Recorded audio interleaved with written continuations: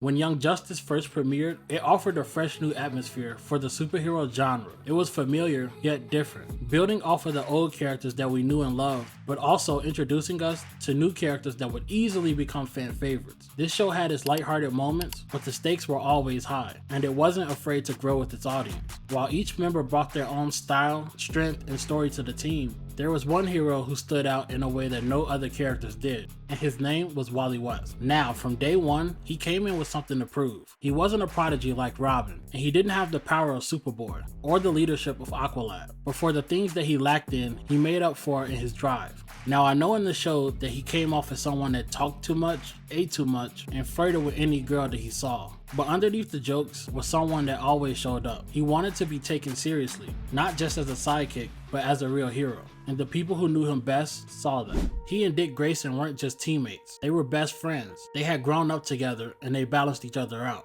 Wally brought the energy and Robin brought the focus. They kept each other grounded. And later on, when Artemis joined the team, things got a little more complicated. They didn't get along at first, but over time, they grew to respect each other and eventually started a relationship, which was a cool dynamic because it allowed Wally to be more vulnerable. Something that we didn't get to see in the beginning, but it wasn't just about the romance. One of my favorite episodes of Young Justice is Cold Hearted. Now, this was one of the few episodes that kept the spotlight directly on him, and it really showed what made him so special. In this episode, Wally was tasked with a solo mission of delivering a heart to a dying queen, and throughout his journey, he ran into a couple problems along the way, and even had a brief fight with Vandal Savage. And while Count Vertigo tried to trick him, he never gave up, and eventually was successful in saving the queen. This episode was a turning point for the character because it showed how serious he could be and how much the mission truly meant to him, even if his role on the team didn't change much. Cold Hearted gave us a clearer view of who he really was, and by the time season 2 came, everything around him changed. Now, season 2 started with a 5-year time skip,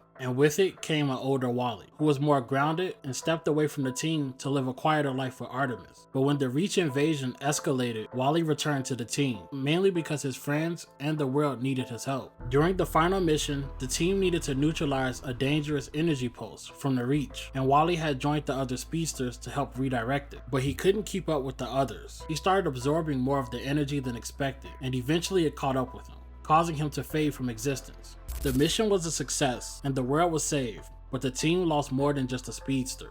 After Wally's disappearance, life had moved on. New heroes stepped up and new threats appeared, but his absence always lingered over the story. He was the first original member that the team had really lost, and for the people who knew him best, it changed them. Artemis buried herself in new missions. She tried to keep moving forward, but the grief never really left. Nightwing grew more distant, less of the jokester that we saw in season 1, and more of a leader shaped by loss. And Bart tried to carry the mantle. He even wore the suit and took the name, but even then it was clear that he was trying to honor Wally and not trying to replace him, because even in their short time together, he viewed him as an older brother. Young Justice didn't fail Wally West because he died. It failed him because it moved on without him. Season after season, the show built deeper stories around legacy, about what we pass on and who carries it. But when it came to Wally, they just left his story in the past. And I wouldn't have a problem with that if they didn't make the last season about Superboy's resurrection. Now, I understand that he really didn't die, as he was trapped in the Phantom Zone. But the truth is, I think the story would have been way better if they made the story about Wally's return. Superboy's whole entire arc was about trauma, recovery, and hope. And who would have been a better character to represent that than Wally West? Imagine a story where Wally wasn't gone, just lost and struggling to get back. It could have been about healing, finding his purpose again, and the cost of being a hero. Every season after Wally's death, we got to see how it impacted the lives of the team, so the payoff would have easily been better if the story was about Wally's return, reuniting the original team and allowing them to face challenges together again. It would have tied back to Artemis, to Nightwing, and to everything that Wally meant to this universe. Instead, he became a memory that the show never really explored again, and in a series that prided itself on growth, Wally ended up staying in place. And even in the comics, Wally West came back after being trapped in the Speed Force for years, and they made emotional stories about him struggling to reconnect with the world that forgot him. And while the Young Justice team really didn't forget him, they could have incorporated him feeling lonely if he was trapped in the Speed Force in that universe. They could have even mirrored the last season storyline and swapping out General Zod for Reverse Flash, trying to make Wally evil. The storylines of him returning could have been endless, but in the end, Young Justice never really gave Wally the future he deserved. If you enjoyed this video, drop a like, leave a comment, and let me know your favorite Wally West moment. And with that being said, I'm Shawnodachi, and I'm out.